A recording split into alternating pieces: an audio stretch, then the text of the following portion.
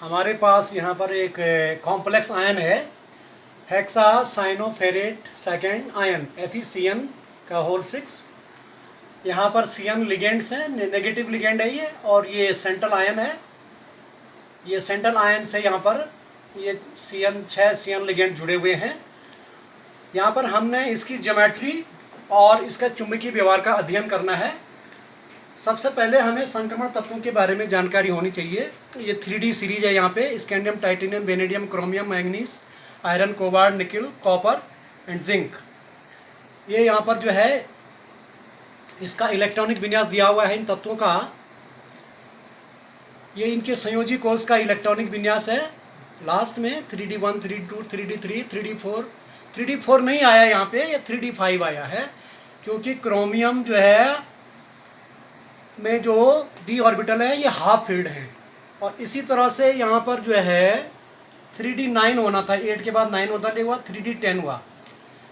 ये कॉपर जो है यहाँ पर ये इसमें जो d ऑर्बिटल है ये फुल्ली फील्ड है, और क्रोमियम में यहाँ जो 3D5 है ये हाफ फील्ड है।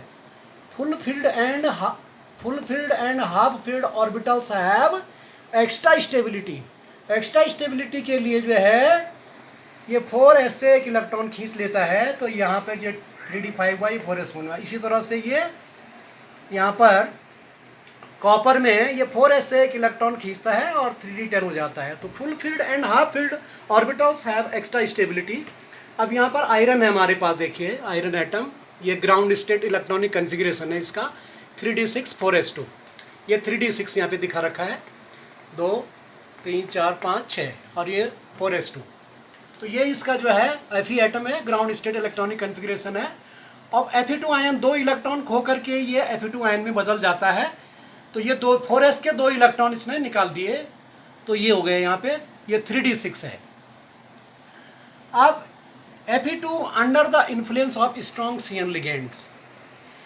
जो CN लिगेंड है वो स्ट्रॉन्ग लिगेंड है। स्ट्रॉन्ग लिगेंड क्या करता है, हुंड्स रूल के विरुद्ध पेयरिंग करता है। हुंड्स रूल देखो, जैसे ये माने हमारे पास p ऑर्बिटल p कक्षक है 1 2 3, तो हुंड्स के अनुसार जो है इस प्रकार की पेयरिंग होनी चाहिए। प्रत्येक कक्षक में जब तक एक इलेक्ट्रॉन ना हो जाए तब तक पेयरिंग नहीं होती है। इसको हम ऐसा नहीं कर सकते, ये गलत है, क्योंकि यहाँ पर ये जो है px py pz, ये pz यहाँ पे खाली हो गया और इसको हमने पहले ही पेयर कर दिया। तो ये हुंड्स रूल के विरुद्ध है। हुंड्स कहता है कि जब तक प्रत्येक कक्षक में एक इलेक्ट्रॉन ना हो जाए तब तक पेयरिंग संभव नहीं है। लेकिन यहाँ पर क्या है, जो CN लिगेंड है ये स्ट्रॉन्ग लिगेंड है, ये हुंड्स रूल के विरुद्ध कार्य करता है। हुंड्स रूल के विरुद्ध जो है ये कार्य करता है, और तब जाकर के यहाँ पर पेयरिंग होने लगती है।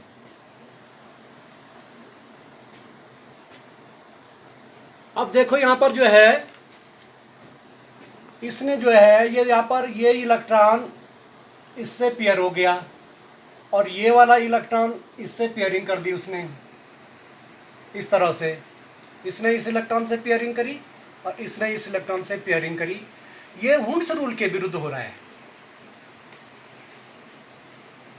जबकि हुंड्स रूल कहता है कि पेयरिंग तब तक नहीं हो सकती जब तक कि प्रत्येक कक्षक में एक इलेक्ट्रॉन ना हो जाए। अब यहाँ पर देखो ये कक्षक खाली हो गई है, हुंड्स रूल के विरुद्ध हो रही है। ये हो रहा है, ये CN लिगेंड है, ये बहुत स्ट्रॉन्ग लिगेंड होता है, और ये हुंड्स रूल के विरुद्ध जो है पेयरिंग करता है। तो यहाँ पे ये पेयरिंग हो गई। देखो ये तो पहले से थे यहाँ पे 2, अब यहाँ पर इसने इससे पेयर किया, ये 2 ये हो गए, इसने इससे पेयर किया, ये 2 ये हो गए। तो ये पेयरिंग हो गई यहाँ पे, और ये खाली हो गए। जबकि ये हुंड्स रूल के विरुद्ध है, लेकिन CN लिगेंड बहुत स्ट्रॉन्ग लिगेंड है, इसलिए वो हुंड्स रूल के विरुद्ध पेयरिंग करता है। अब ये ऑर्बिटल खाली हो गए, 1 2 3 4 5 6, 6 ऑर्बिटल यहाँ पे जो है रिक्त हो गए। 2 यहाँ पे d ऑर्बिटल है, 1 यहाँ पे s ऑर्बिटल है, और 3 यहाँ पे p ऑर्बिटल है। कुल मिला के 1 2 3 4 5 6 वेकेंट ऑर्बिटल्स हैं। अब इनमें हाइब्रिडाइजेशन होता है। D2sp3 hybrid orbitals of Fe2 ion. ये देखो ये Fe2 आयन है, इसके D2, 2 तो इसमें D है, 1 इसमें S है, और 3 इसमें P है। इसलिए इसका कहा गया है D2sp3 hybrid orbitals of Fe2 ion. अब D2sp3 हाइब्रिड ऑर्बिटल्स इन FeCN6 आयन, यहाँ पर पेयरिंग हो रही है। देखिए ये 6 pair of electrons donated by 6 CN ligands. ये हमने पहले भी देखा कि जैसे हमारे पास यहाँ पे ये अमोनिया था, ये इस प्रकार से यहाँ पर 2 इलेक्ट्रॉन होते हैं, इस पे एक, इनको लॉन पेयर कहते हैं, लॉन पेयर। ये तो बॉन्ड पेयर है, एक इलेक्ट्रॉन ये है, एक ये है, एक ये है नाइट्रोजन का, 5 इलेक्ट्रॉन होते हैं संयोजी इलेक्ट्रॉन।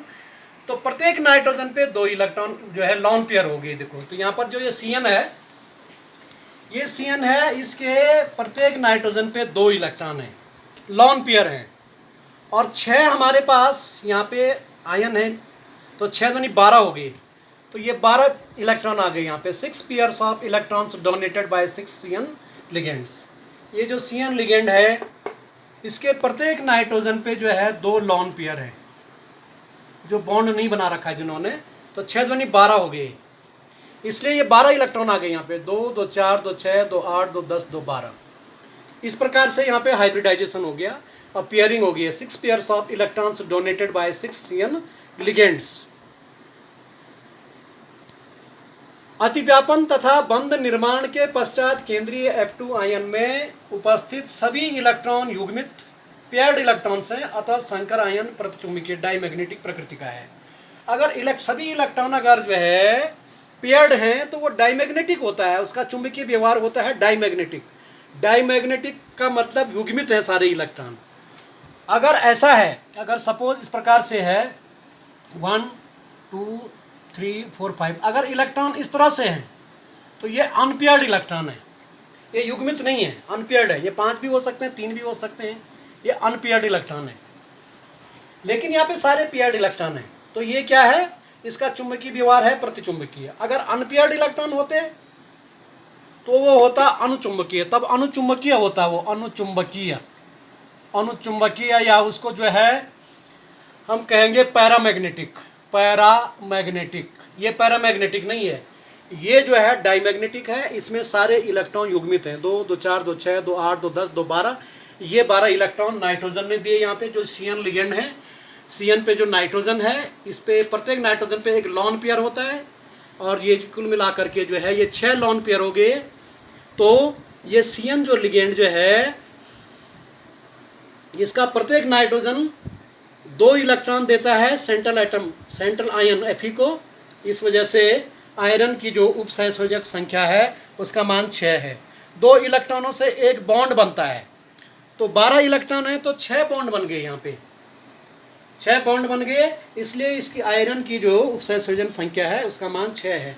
और इस पर जो आवेश जो बाहर आया है, इस पे देखिए +2, Fe2 यहाँ पे +2 स्टेज में है, और -6। ये CN लिगेंड 6 हैं, एक CN पे -1 होता है, तो 6 CN है तो -6 हो गया। -6 + 2 = -4। इस वजह से यहाँ पे ये -4 आ गया। और इसकी जो ऑक्टाहेड्रल ज्योमेट्री है इस प्रकार से